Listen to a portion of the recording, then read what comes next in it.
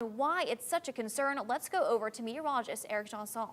Yeah, Allison, definitely the Bonnie Carey Spillway closing is good news, but again, the problems aren't going to go away anytime soon. And one of the latest things we're seeing now is the algal bloom. This picture came in on our WLOX weather app, and you can see that blue-green color in the water in Bay St. Louis. Here's another picture came in on our weather app by Jason Hamilton. This is in Lake Bourne, and you can see that blue-green hue from the blue-green algae. So a little bit about this algae. What you may not know, it's actually a bacteria. It's a type of bacteria called cyanobacteria, and it's over 3.5 billion years old, so it's been around for quite some time.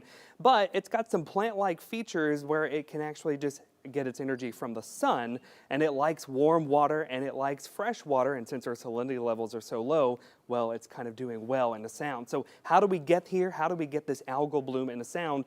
Well, as you know, the Bonnie Carey Spillway opened, all that fresh water has intruded the Lake Pontchartrain and moved into the sound, but in that water is a lot of fertilizer, a lot of nutrients, and this is a process called eutrophication. It's a process where all that nutrient-rich water moves into the environment.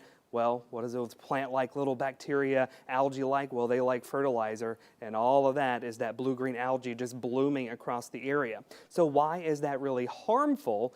Well, it turns out those little algae, they can produce a lot of poisonous toxins that's harmful to humans and animals, causing rashes, vomiting, just to name a few. Now, some other impacts from the algae is that it can block the sunlight in the water, which can lower the oxygen because it kind of kills off plants in the water that help produce that oxygen.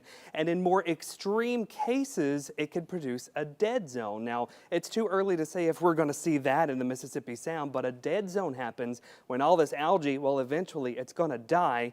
The decomposition process of that algae takes all of the oxygen out of the water and creates what we call a dead zone, or at least oxygen depleted water, which is harmful to the animal. So hopefully we don't get to that extreme case, but it's something we're just going to have to monitor as this whole event continues to unfold.